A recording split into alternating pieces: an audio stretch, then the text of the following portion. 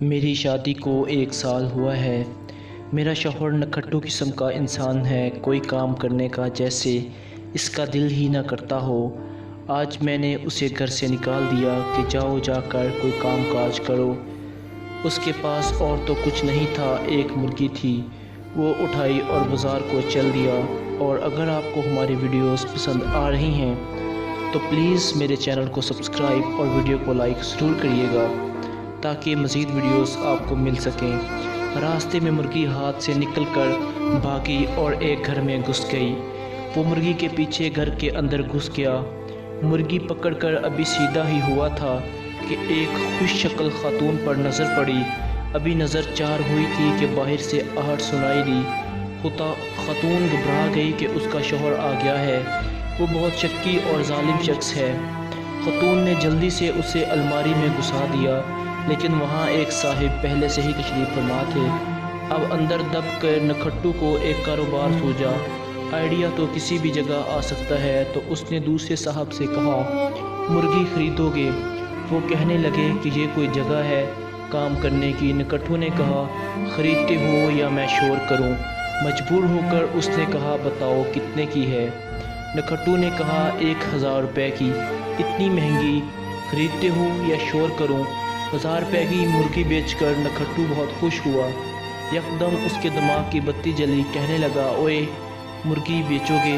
دوسرے شخص نے کہا تمہارا دماغ تو خراب نہیں؟ نکھٹو بیچتے ہو یا شور کروں؟ دوسرا آدمی مرے ہوئے لہجے میں بتاؤ کتنے کی لوگے؟ نکھٹو 500 کی۔ اللہ سے ڈر، ابھی مجھے 1000 روپے کی بیچی ہے، تم یہاں الماری میں کیوں چھپے بیٹھے ہو؟ شور دیتے ہو یا شور کروں؟ نکھٹو نے مرغی 500 کی خریدی اور چپ ہو کر بیٹھ گیا۔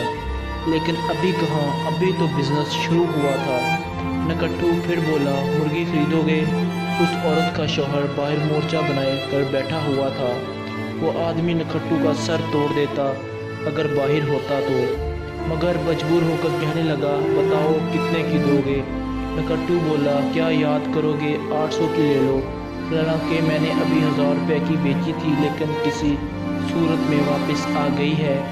بے بسی کے شدید احساس کے ساتھ اس آدمی نے مرغی خرید لی۔ نکھٹو بار بار مرغی خریدو گے، بیچو گے، بیچو گے، خریدو گے۔